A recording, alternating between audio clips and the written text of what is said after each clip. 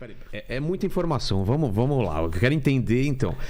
O trabalho numa linha temporal. Sim.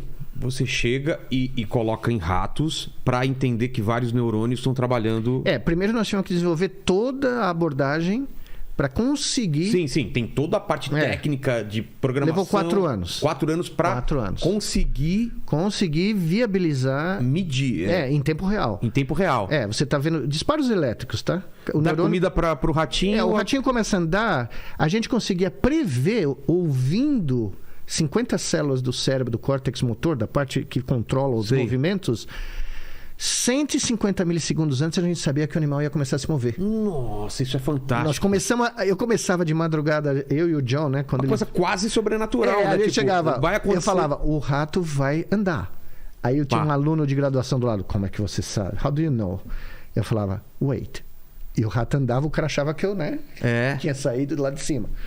Aí começou a vir gente do país inteiro, na Hahnemann University. Os cientistas mais famosos do mundo começaram a vir. Então essa foi a primeira fase. Foi. Essa foi a fase da viabilização e da demonstração que tinha algo interessante ao fazer isso. Que era totalmente diferente do pessoal analisar um neurônio, agora vocês tinham uma rede. Eu tinha respostas preparadas para tudo, né? Porque aí eu comecei a usar o cinismo brasileiro, né? O jeitinho brasileiro, para encarar a reação que foi brutal dos caras da tribo de um neurônio, que queriam dizer que era inútil fazer isso, né? E um cara famosíssimo... Como inútil? Mas isso essa é a razão dos debates acadêmicos, né? Porque você está colocando reputações em jogo, você está colocando prêmios Nobel em jogo, livros, textos estão sendo desafiados em público por um cara... que é professor na Hahnemann University, o John, e um brasileiro vindo... A primeira palestra que eu dei nos Estados Unidos, perguntaram, onde você graduou? Eu falei, Universidade de São Paulo. Aí um cara veio pra mim, que parte da Califórnia é isso? Eu falei, é mais baixo, é mais ao sul. Bem ao sul. É mais ao sul. Os caras não sabiam onde São Paulo era, né? Muito menos... Araçatuba. Araçatuba, São Paulo, Bauru... Bauru é um pouco mais baixo. Do you know Bauru? Não, melhor que isso. Meu pai foi juiz em Votuporanga. Votuporanga? Do you know Votuporanga? Então você sabe o que eu tô falando. Cardoso, Votuporanga, Nhandeara. Passei por tudo lá. Mas enfim... Então tinha tudo isso, tinha uma dupla de um cara que não era no topo da hierarquia dos neurocientistas, não porque ele não fosse genial, mas porque ele nunca se importou com isso, nunca foi atrás do que era preciso fazer para estar no... né? E um moleque, né, do Brasil, né, que ninguém sabia onde ficava. E, de repente, nós estávamos em todo lugar. Nós estávamos em todo canto, falando sobre... Falando. Aí um cara um dia vira para mim, não me lembro quem foi, um cara muito famoso... era um aluno de um cara que ganhou o prêmio Nobel, vira para mim e fala: Why 100? Por que 100 neurônios, né? Eu falei: porque é 100 vezes melhor que um. Aí caiu a plateia, né? Caiu. Por que 100? Porque 100. Eu falei: bom, que o cara tá querendo fazer essa pergunta, né? Porque tem muito disso, né? Tem agendas que eu não conhecia, porque o nosso apelido do John e eu era o povo que veio do lugar nenhum. Não tinha uma... porque sempre apresentavam um cara, esse é do Caltech, esse é da Harvard, esse é daí. E quando apresentava a gente, esse é da Universidade de Dallas, do Texas, e esse é da Universidade de São Paulo. Então eles apelidaram a gente de People from Nowhere. Né? E foi sensacional, porque a gente é que nem o porco do Palmeiras. A gente assimilou essa... The People from Nowhere. Que era para ser uma ironia. Uma ironia virou... a gente é o pessoal... A gente é mesmo, a gente somos Malaco da Bela Vista. E deu certo. Deu certo porque começou a explodir, né? E aí um dia essa é a melhor história de todas. Tô eu e o John na Filadélfia, né? Eu já estava na Carolina do Norte, mas eu ia frequentemente visitá-lo, ele me convidava, né? E nós estamos num restaurante popular, uma lanchonete muito famosa, mas né, onde para caminhoneiro, né? Porque tem o melhor Philadelphia cheesesteak do planeta, que é um sanduíche de um pé, de carne, queijo, tomate, aquele negócio, o x-tudo deles, né? Sei. Que eu fiquei completamente fissurado, porque morei lá há 5 anos. E aí o John vira para mim e falou: olha, nós conseguimos cruzar a barreira técnica, nós estamos registrando 100 neurônios, você está registrando em macaco, só que assim, é uma explosão de dados, as teorias vão mudar todas, nós temos que inventar uma forma de analisar isso e de provar categoricamente que faz sentido você olhar populações em vez de um neurônio só.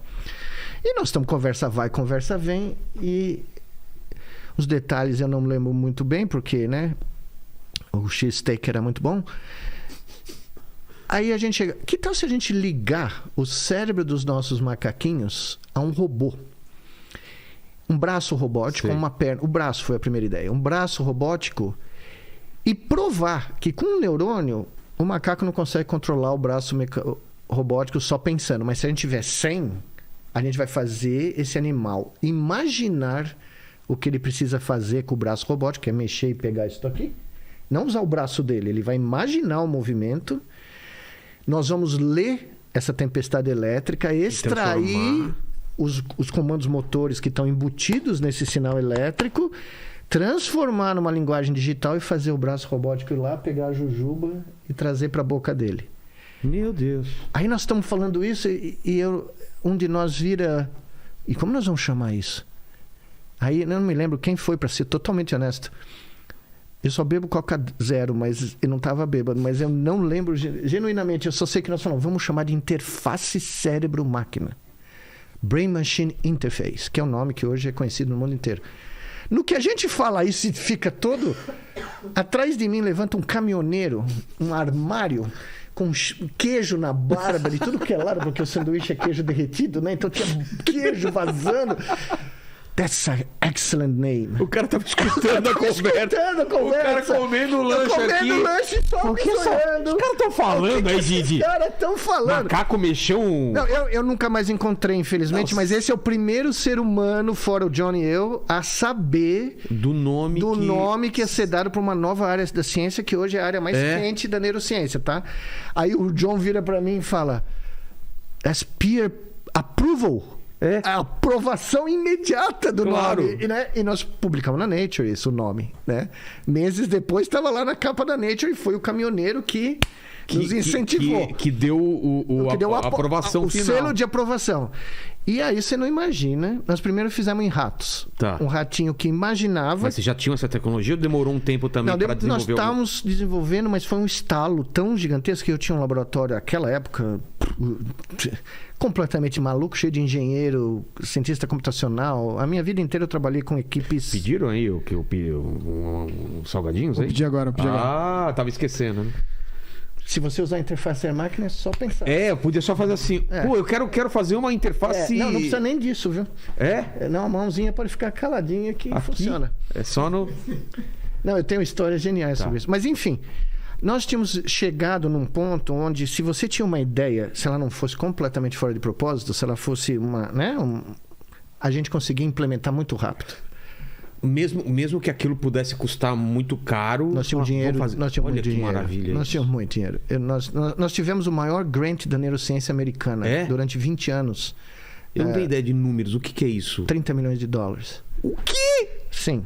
Para fazer o que eu acabei de dizer para você. Nossa! Porque, claro, imagina o ganho... Eu dei a aula pro cara que pagou, do governo americano. Não, e os caras pagando sorrindo, né? Não, claro, porque tem... Aí é outro negócio brasileiro, entendeu? O John me falava para mim que eu vendia gelo para esquimó. Né? Você era bom de vender as ideias, de transformar. De transformar uma coisa abstrata, imagina, interface cérebro-máquina. Você tem que explicar pro cara... Algo que as pessoas entendiam instantaneamente. Não só entendiam, como ia haver um bem imediato ou futuro a partir daquilo. Né? O pessoal chegou aqui no Brasil, quando a gente fez a abertura da Copa do Mundo, que foi o ponto mais alto dessa... Demorou 15 anos. Daquela conversa... Da conversa do cheesesteak para um ser humano usar o cérebro para caminhar controlando um exoesqueleto, certo? Certo. O pessoal reclamou de quanto foi gasto para fazer 8 pessoas paraplégicas voltarem a andar. Meu Deus. Eles não têm a ideia. Não tem ideia. Da ideia que me ofereceram 30 vezes mais para fazer isso nos Estados Unidos. E eu falei não. Eu ia fazer aqui. Mas isso eu quero chegar depois. Mas enfim. Vamos lá. Aí tem essa ideia. O John me telefona uma noite para mim e fala: Miguel, os caras estão oferecendo X para você fazer aqui no Super Bowl, no NBA, onde você quiser, os caras pagam. Imagina fazer no Super Bowl. Eu falei, não. Maior audiência. Não, vai ser no Brasil, vai ser na minha cidade, Natal. No estádio errado, mas na abertura da Copa do Mundo. Pra quem não sabe, na Arena. Mas, enfim, nesse momento, o John virou para mim e falou: você acha que dá? Eu falei: dá. Nós temos gente, nós temos dinheiro e nós temos a ideia que ninguém tem. Tinham pessoas que tinham falado isso de uma maneira ou de outra, mas não da maneira como a gente imaginou, né?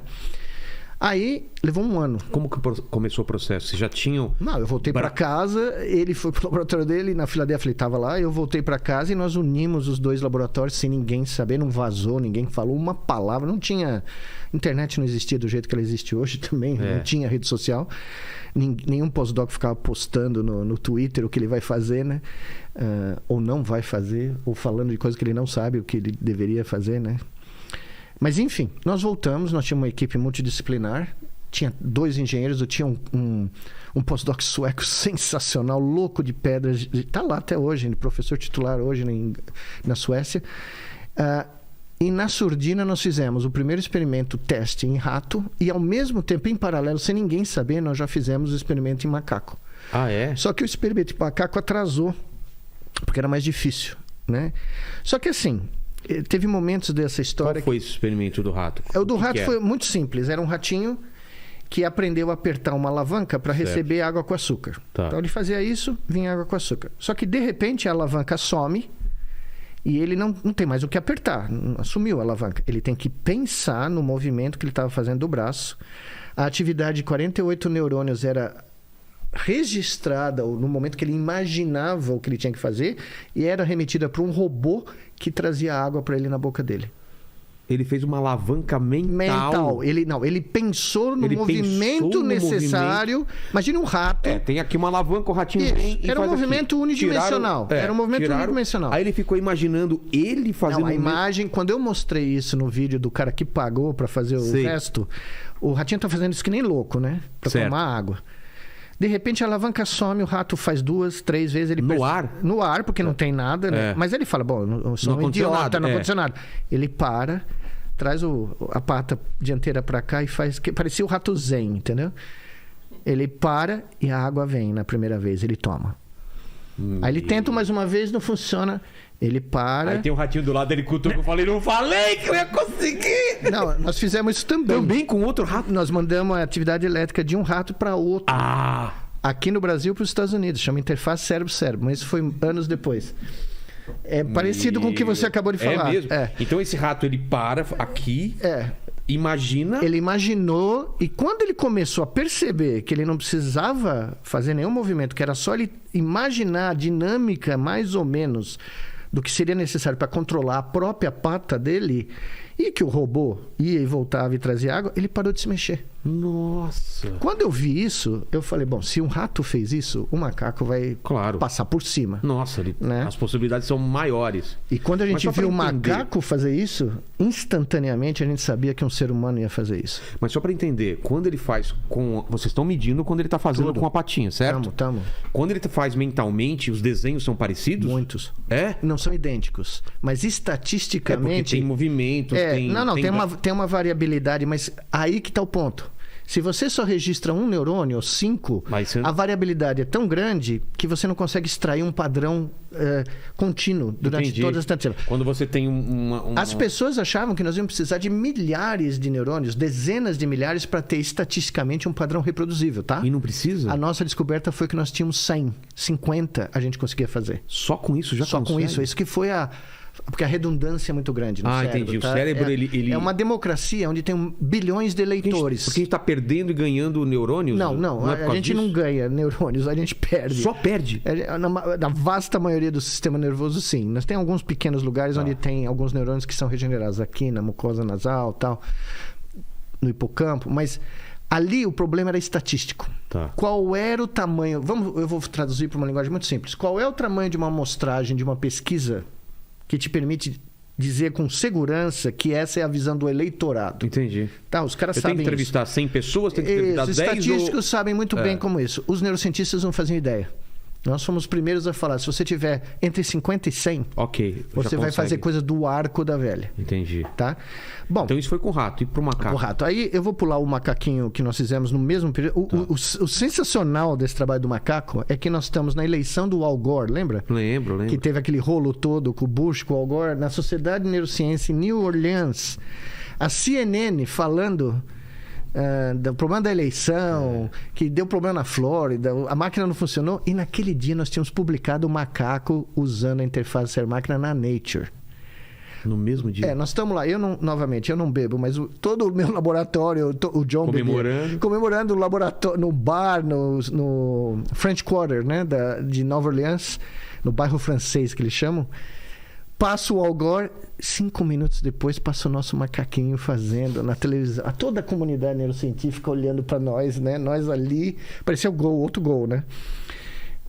Mas esse não foi o trabalho decisivo. Foi só o trabalho que mostrava claramente... Que era possível. Que com 100 neurônios você podia fazer coisa do orca-velha. Aí nós fomos para um macaco de verdade, né? Um macaco, não de verdade, mas um macaco rezo, que é o modelo que é usado para você ter certeza... Macaco? Chama rezo, o macaco do velho mundo. O macaco que vem da Ásia, né? Da China. Mas por que ele é melhor? Ele tem mais... Não, o cérebro dele é mais parecido com o nosso. É muito parecido com o nosso.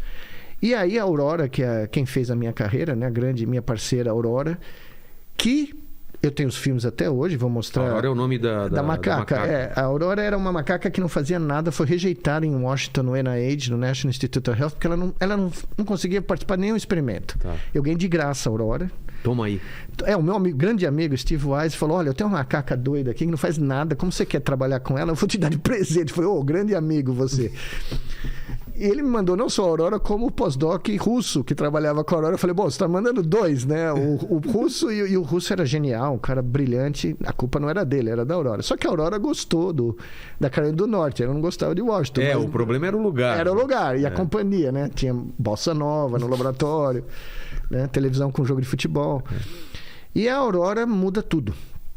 Porque a Aurora começa... A gente demonstra... Eu tenho os filmes até hoje, vou mostrar agora. Sexta-feira eu estou dando uma palestra de manhã na Índia, à noite na China. Nossa. E eu vou mostrar porque todo mundo quer os filmes da Aurora para ver, né? Eu vi esses filmes numa palestra sua, é aquele da cadeirinha? Isso, que ela tá jogando com o joystick um jogo complexo, um jogo difícil, que é, né? Ela tem que achar um alvo que está se movendo na tela continuamente, então não dá para fazer só por chance e erro, né? Tá.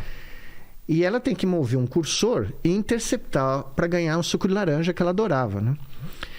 E ela tá jogando lá 99% de acerto, fazendo o diabo, ganhando litros, né? 100, 300 ml de suco de laranja, e de repente a gente tira o joystick dela, a gente liga a interface com um robô de 7 graus de liberdade, com uma mão robótica, e agora ela está... O que ela pensar...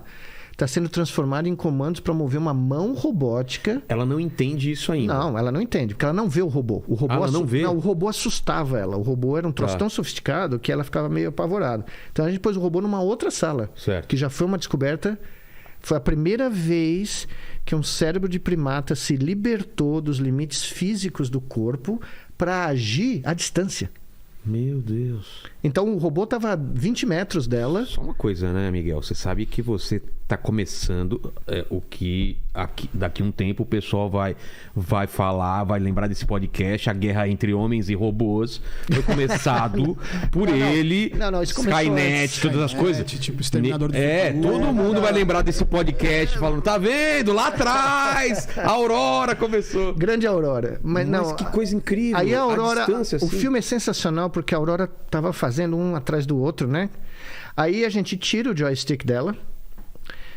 O robô tá longe, ela tem um cursor, mas agora quem... De onde saiu o suco de laranja? Saía de um caninho que tinha na frente dela. Ah, tá. Como se fosse um canudo Ela não precisava se movimentar. Não, ela estava sentadinha, tranquila, ela adorava aquele lugar.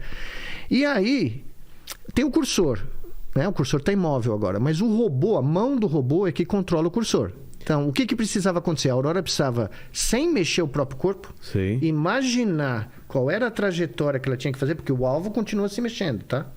O alvo continuava aparecendo. Na frente dela? Tinha na frente dela. Se mexendo. Era um círculo branco que se mexia na tela. E ela tinha que interceptar com o cursor para ganhar o suco laranja. Tá. E eu sempre conto isso, contei no meu livro, né? Tinha eu, esse russo, e um aluno espanhol. Imagina, um brasileiro, um russo e um espanhol. Em total silêncio. A chance disso acontecer é 0, tá? Desses 3... Quietos, né? Porque, de repente, a gente vê o cursor começa a se mexer. E começa a perseguir o alvo. E começa a acertar o alvo. sem ela mexer o corpo. Mas mexendo os olhos. Mexendo nada. Os olhos parados. A gente controlou isso também depois. Ela estava usando a atividade sem neurônios para imaginar qual era o movimento que o braço dela teria que fazer, a mão dela teria que fazer com o joystick para perseguir esse alvo na tela. Sei. E ela, de repente, a gente começa a ouvir o barulho. Pim, pim, que era o solenoide da válvula que abre para tomar o suco laranja. Ele só abria quando ela acertava o alvo. Tá. E, de repente, o som no laboratório começou a ser pim, pim, pim, pim, pim. Ou seja, ela descobriu. Ela descobriu como era. A gente olhou para os registros dos músculos do corpo dela, que a gente tinha sensores na pele para ver. Zero. Tudo totalmente zerado. Ela demorou quanto tempo para descobrir isso? O total do treinamento dela foram mais ou menos umas 3 semanas. 3 semanas. Só que quando ela engatou, aí era todo dia. 1 hora por dia, ela tinha o free lunch, né? Que eles dizem que não existe nos Estados Unidos, né? Mas tem. O almoço grátis. Se você usar uma interface air-máquina, tem o free lunch. Ela descobriu... E aí foi uma coisa de louco. Quando a gente publicou isso, e curiosamente nós mandamos esse trabalho para a Science, né? E a Science, 2 caras falaram, não, isso aqui tem que publicar ontem, isso aqui é a revolução. E um cara falou, não acredito, isso não está funcionando. E eles rejeitaram. Aí eu falei para o meu aluno, o espanhol, que era o primeiro autor, falei, José, nós vamos mandar para essa nova revista que está acabando de sair. Ele falou, não, pelo amor de Deus, eu preciso publicar na Nature, na Science. Eu falei, não, nós vamos... Bom, publicamos nessa revista PLOS Biology, que estava acabando de sair. Até hoje é um dos trabalhos mais citados da história da revista, 20 e tantos anos depois. 19, não, como foi? 2003, né? Nós estamos quase 20 anos. 19.